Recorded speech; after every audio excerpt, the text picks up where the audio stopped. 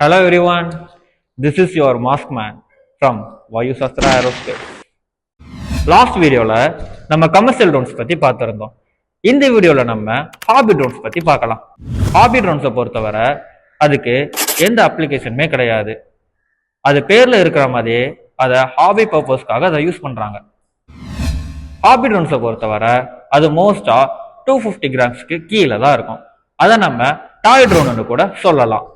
இது மாதிரி டாய் ட்ரோனை நீங்க மோஸ்ட் ஆஃப் த சூப்பர் மார்க்கெட்ஸ்ல நீங்க பார்த்திருக்கீங்கல்ல. இதுதான் டாய் ட்ரோன். கமர்ஷியல் ட்ரோனுக்கும் டாய் ட்ரோனுக்கும் கண்ட்ரோல் சர்ஃபேஸ் ஒன்று தான்.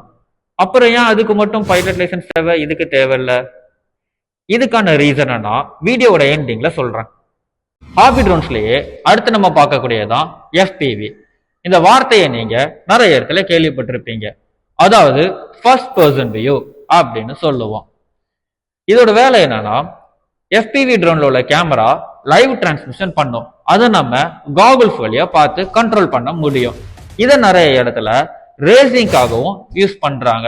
இந்தியால இன்னும் அது வரல, ஆனா மற்ற கண்ட்ரீஸ்ல இதை யூஸ் பண்றாங்க. இது 200 km/h வரைக்கும் போகும். இந்த வீடியோல நம்ம ஹாபி ட்ரோன்ஸ்ல உள்ள ஒரு சில கேட்டகரிஸை பத்தி பார்த்தோம். இன்னும் சில கேட்டகரிஸை பார்க்க ஃபர்தர் வீடியோஸ்க்காக ஸ்டே டியூன்ட்.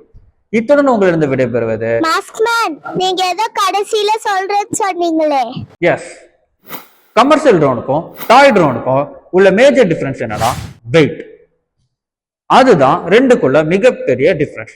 ஸோ இதை பத்தி நான் அதுக்கு அடுத்து வர வீடியோஸ்ல உங்களுக்கு நான் சொல்றேன். ஸோ இத்துடன் உங்களிருந்து விடைபெறுவது உங்கள் மாஸ்க்மேன்.